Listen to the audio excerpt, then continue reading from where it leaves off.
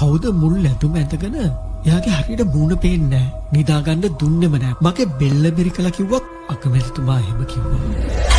ආයේ රජතුමාවත් දළදා වහන්සේට තේවාව කළා ඉවරුණාට පස්සේ දළදා වහන්සේ ගාව දොර අරින්නේ නැහැ. දළදා වහන්සේගේ දූවිලි පිහින්න කීර්තිශ්‍රී රාජසිංහ රජතුමාගේ හිස කෙස් වලින් සාදන ලද පිස්නයක් තියෙනවා. දළදා වහන්සේ රැගෙන ආපු හේමමාලා කුමරියගේ කොණ්ඩ කටුව තියෙනවා. දළදා මාලිගාවේ සිඳුණු හාස්කම් ගැන. දළදා මාලිගාව ආරක්ෂා කරන්නේ දැඩමුණ්ඩ දෙවිහාමුදුරු. දන්තදාතුන් වහන්සේ වැඩ වාසය කරන්නේ කරුණු 7ක් ඇතුළේ කියලා අපි එදා ඉඳන් මුඛ පරම්පරාවෙන් අහලා තියෙනවානේ. මේ හැම දෙයක් ගැනම ඔහුගේ මුවින්ම පවසලා තියෙනවා හිටපු දියවඩනේ නිලමේ නිරංජන් විජේරත්න මහත්මයා. දළදා පෙරහරට කවදාවත් දන්තදාතුන් වහන්සේව වඩමවන්නේ නැහැ කියලා අහලා තියෙනවද? දන්තදාතුන් වහන්සේ නෙමේ සැරියුත් මුගලන් ධාතුන් වහන්සේලා තමයි වීදි සංචාරයට වඩමවන්නේ. මොකද අපි ඉතිහාසින් අහලා තියෙනවා දළදා කියන්නේ ජලය දායාද කරනවා. ඒ කියන්නේ දළදා වහන්සේ යම් හේතුවකින් සෙලවුනොත් අඛණ්ඩව මහා වරුසාවක් ඇදහැලෙනවා කියලා. ඉස්සල්ලා කිව්වනේ මේ දන්තදාතුන් වහන්සේ කරඬු 7ක් ඇතුලේ වැඩ වාසය කරනවා කියලා. හැබැයි මේ කරඬු 7 කිසි කෙනෙකුට තනියම අරින්න බෑ. මේ මහා කරඬුවේ යතුරු දියවඩම නිලමෙතුමා ගාව තමයි තියෙන්නේ. ඉතිරි කරඬු වල යතුරු අස්ගිරි පාර්ශවයේ සහ මල්වතු පාර්ශවයේ මහා නායක හිමියන් ගාව තියෙනවා කියලා තමයි සඳහන් වෙන්නේ. යම් ලෙසක දළදා වහන්සේ වැඩම කරනවා නම් මේ තුන්දෙනාම එකතු වෙන්න ඕනේ. හේමමාලා කුමරිය දන්තදාතුන් වහන්සේ වැඩම කරවනකොට කොණ්ඩ කටුවක ආධාරයෙන් තමයි දන්තදාතුන් වහන්සේ සංඝවගන වැඩමවාගෙන ඇවිල්ලා තියෙන්නේ. මෙන්න මේ කොණ්ඩ කටුව දෙවි දේවතාවුන් වහන්සේලා සක්විති රජවරුන් රජවරුන් සියලු දෙනාම වන්දනා කරන මේ දළදා වහන්සේ වැඩ සිටින මේ කරඬු 7 ඇතුලේ තවත් බොහෝ දේ තැන්පත් වෙලා තියෙනවා.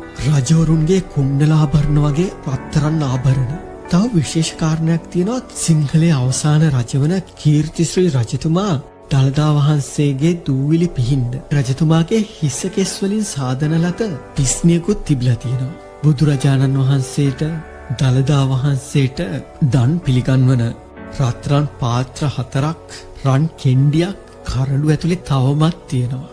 රාජසිංහ රජතුමා තම දෑතින්ම හේවා කඳ ගෙනල්ලා තමයි දළදා වහන්සේට පූජා කරන්නේ. මේ වෙලාවේ හේ විසි මහා පංචචූරි නාදය දළදා තේවාව වාදනය කරලා දළදා වහන්සේට පූජා පවත්වනවා. ඒ වගේම තමයි උදේ දාණය, දහවල් දාණය, සවස ගිලන්පස දෙකක් දන්තදාතුන් වහන්සේට පූජා කරනවා. දවසක් රජතුමාට දාණය පූජා කරන්න ප්‍රමාද වෙනවා. නමුත් සංඝයා වහන්සේලා දන්තදාතුන් වහන්සේට සියලුම පූජා පවත්වලා කුටියේ දොරඟුළු වසා දමනවා. රජෙක් ආවත් කවදාවත් වසා දැමූ දොරඟුළු විවෘත කරන්නේ නැහැ. මෙන්න මේ කාරණාවට රාජසිංහ රජතුමත් පත් වුණා.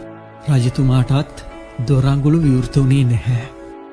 මෙන්න මෙතනින්දන් තමයි අපේ කතාව පටන් ගන්නෙ.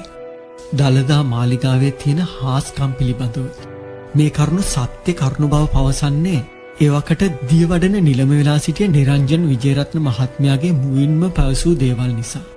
මේ කතාව 1986-87 වගේ මෑත ඉතිහාසයේ මේ වීඩියෝ එක අප්ලෝඩ් කරන අද දවසට ජීවමාන සාක්ෂි තියෙන කතාවක්. සත්‍යයටම සිදු වූ දෙයක් ගැන තමයි මම මේ කියන්නේ. දන්තදාතුන් වහන්සේ වැඩ සිටින ස්ථානයේ ඉහළ පෙතිඋළු වලින් තමයි සෙවිලි කරලා තියෙන්නේ. උඩවත්ත කැලෙන්ගෙන රිලව් මෙන්න මේ පෙතිඋළු එහා මෙහා කරන එක සාමාන්‍ය පුරුද්දක්. වැහි කාලෙට දන්තදාතුන් වහන්සේටත් පිනිපොද වැටෙනවා. මෙන්න මේ කරුණු කාරණා නිසා ඒවකට හිටපු දියවඩන නිලමෙතුමා නිරංජන් විජේරත්න මහත්මයාත් ඒවකට දන්තදාතුන් වහන්සේ බාරව හිටපු ආදාහනමලු ගෙඩිගේ විහාරයේ බාරකාර උඩුවාවල ශ්‍රී චන්ද්‍රානන්ද ස්වාමින් වහන්සේට මේක ලොකු ගැටලුවක් වෙලා තියෙනවා. දන්තදාතුන් වහන්සේ වැඩ සිටින ස්ථානයේ උළු සෙවිලි කරන්න කියලා වැඩ කරන පිරිසකට කියලා තිබ්බත් දන්තදාතුන් වහන්සේ ඉහළට නගින්න කවුරුත් එකඟ වෙලා නැහැ. හේතුව අහපුවාම කියලා තියෙන්නේ නැග්ගොත් ඒගොල්ලන්ට රැට නිදා ගන්න දෙන්නේ නැති මහා භයංකාර දේවල් මැවෙනවා කියලා. දැන් මේ ස්වාමින් වහන්සේටත් දියවඩන නිලමෙතුමාටත් කරගන්න දෙයක් නැහැ. අවසානයේ මේගොල්ලෝ දන්තදාතුන් වහන්සේ ආරක්ෂා කිරීමේ අරමුණින් බාරයක් ගැට ගහනවා. දවස් 7ක් ඇතුළත මේ ගැටලුවට විසඳුමක් දෙන්න කියලා. ජනවාරි 1 වෙනිදා තමයි ස්වාමින් වහන්සේ බාර ගැට ගහන්නේ. 6 වෙනිදා එවකට හිටපු අගමැතිතුමාගෙන් දළදා මාලිගාවට කෝල්ලයක් එනවා. ජනවාරි 7 කුණ්ඩසාලේ උදාගම වැඩසටහනට අගමැතිතුමා එනවා කියලත් 6 වෙනිදා හැන්දෑවේ දළදා වහන්සේ වැඳ පුදා ගන්න පැමිණෙනවා කියලත්. හරියටම 6 වෙනිදා දළදා වහන්සේ වැඳ පුදා ගන්න එවකට හිටපු අගමැතිතුමා එනවා. දළදා වහන්සේ වැඳ පුදාගෙන දළදා වහන්සේ බාරව සිටි හාමුදුරුවන්ට අගමැතිතුමා කියන්නේ මේක නායක හාමුදුරුවන්ටත් නිලමටත් කරන්න බෑ. මේ දළදා වහන්සේගේ ඉහළ තියෙන වහලේ සෙවිනි කරන වැඩේ සෙවන අරමුදලින් කරනවා කියලා.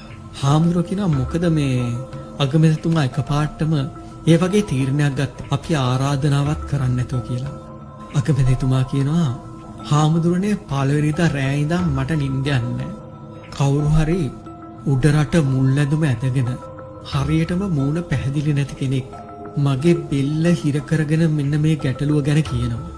එතුමා කියනවා සෙවන අරමුදලින් මේක නිමා කළා දෙන්න කියලා. ඊට පස්සේ නායක හාමුදුරුවෝ කියනවා ඔබ හිතන්නේ කවුද ඔය මුල් ඇඳුම ඇදගෙන ඔබතුමාට මේ පිළිබඳව දැන්නුවේ කියලා.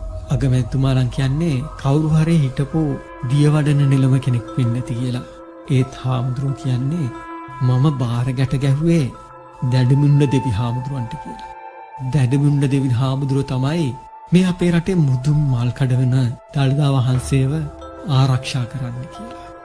මේ දැඩමුණ්ඩ දෙවි හාමුදුරුවෝ තමයි එවකට හිටපු අගමැතිතුමාට මේ පණිවිඩය දීලා තියෙන්නේ.